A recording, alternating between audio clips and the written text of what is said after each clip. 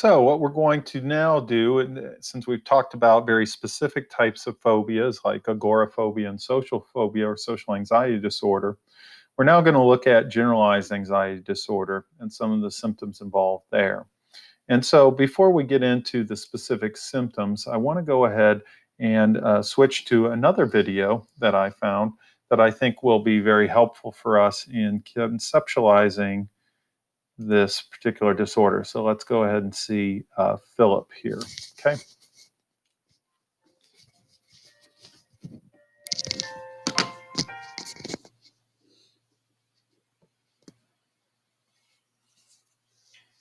I've always been a nervous person. I worry. Yes, I worry a lot. I just analyze until I'm paralyzed. And you've always been that way even since you were a little kid?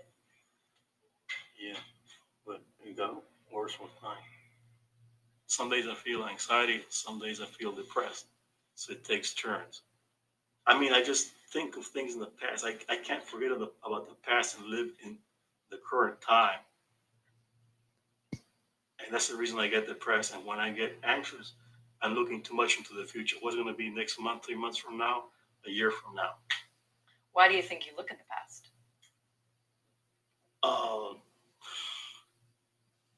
Well, when you're younger, you don't have any health problems, and your relatives are younger. You look better, you feel better when you're younger. A lot of the stress has to do with getting older. I'll just do anything that makes me feel younger. And lifting weights makes me feel younger. And watching soccer makes me feel younger. And going back to school makes me feel younger. I don't like things that make me feel older. Nobody does. Why do you think you have so much anxiety and stress? I'm just in such a rush to get things done. It's just, I feel like I'm in a NASCAR race. I'm going around in circles in the track, around, around, around, and I'm pressing the pedal to the metal to reach the finish line. Time is running out. It's just like the clock on the wall just ticking and ticking and ticking, and you can't stop. I just wish I could put a hand on there and just make it stop from ticking. It's like, one thing was just a whole bunch of things. It just always lived in a large metropolitan area, and it's very stressful. The stress of the rush hour life in a major city. When I'm sitting in traffic, I get exasperated because there's a slowpoke in front of me and a tailgater behind me, or when I'm waiting in line at the checkout, there's the cashier talking chit chat nonsense with some customer, like nobody else is around, and there's a line of people behind me. I can't stand it neither. I wish I could live in a small town where there's no traffic, and there's no crowds. It's just slower life. And I don't like either taking airplanes, like going on a trip on an airplane, because when I go on a trip on an airplane, I got to figure out time to head to the airport, taking the rail, finding a place to park, finding the right ticket counter, figuring out where the gate is, and go through this security where I almost have to strip down to my underwear to go through security. You got to remove everything out of my shoes, my jacket, my glasses. People running things, they don't know what they're doing. I have no control over it. That's the whole problem. I need to be in control. You can. Okay, so that was just a slice of his various worries, Philip's worries. And as you can see, it's not just one thing. It's not just getting on the airplane. It is not just having some issues in regards to going out in crowds or driving. It's all of these combined. And so there's no, let's see here. I did not do that one right. There we go. We're back at it. So let's see if we can't get this. Here we go. All right. So what we see here is that the generalized anxiety is much more diverse worries about the future. And so you can see some of the generalized anxiety symptoms right here. Okay, let's see. So you can see at least 3 of the symptoms need to be covered of the ones that are on that particular illustration. So the person's worries and free-floating anxiety has to be accompanied by these. And that includes feeling restless or feeling keyed or up on edge. You can almost feel that with Philip in the way he was describing things. Because they're always on edge, they may be easily fatigued. They can have difficulty concentrating or their mind goes blank, levels of irritability, muscle tension, and sleep disturbance. And then they're going to have trouble controlling all of these worries and the excessive anxiety and worry about a number of events and activities, like Philip was exhibiting there, has to be kind of debilitating at least for 6 months. And so the duration is real important for a lot of these type of disorders as we go throughout the semester.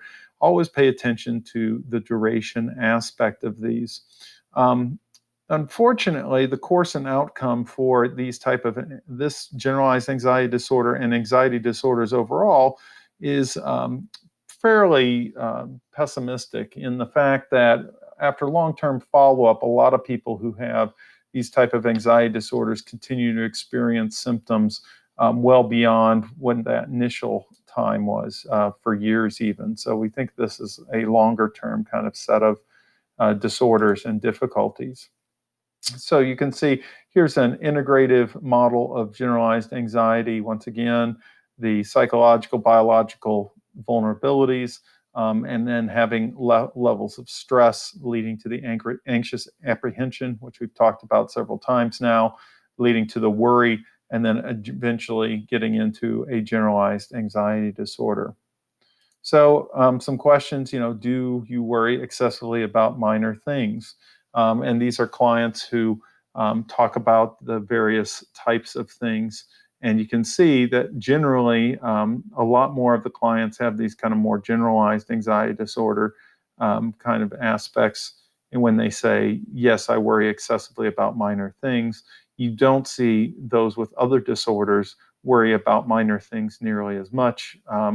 Other than you see obsessive compulsives a little bit, and then about half with simple phobias or agoraphobia. But if you're looking for a hallmark kind of characteristic of a generalized anxiety disorder, it's that worry excessively about minor things.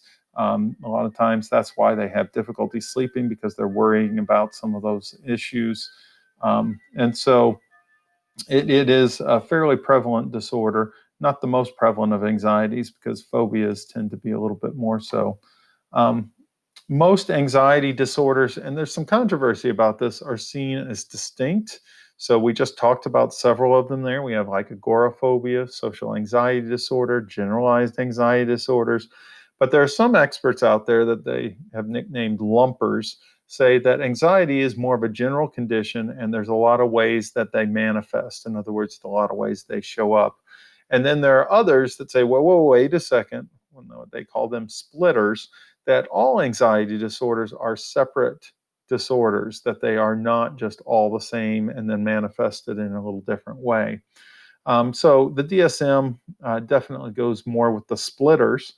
That's not to say the DSM is the end-all, be-all of the way to view mental disorders. It is just one way of framing these characteristics, and there can be other ones out there that also can do an adequate job in explaining. And we'll talk about other disorders too, where there's some level of disagreement, because there is a very high comorbidity between various types of anxiety disorder, which would be an argument for lumpers, because remember, comorbidity is crossing over of symptoms, commonality of symptoms. And if you get a lot of this, then you begin to think, well, are they really that different?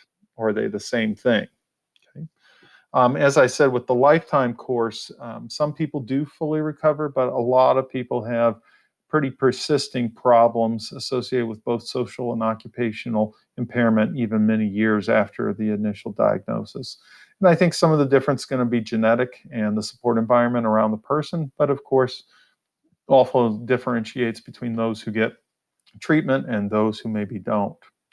So that's going to end Module 4. Module 5, we're going to go ahead and look at the frequency of anxiety disorders and say, just how often does this stuff occur? So stay tuned for Module 5.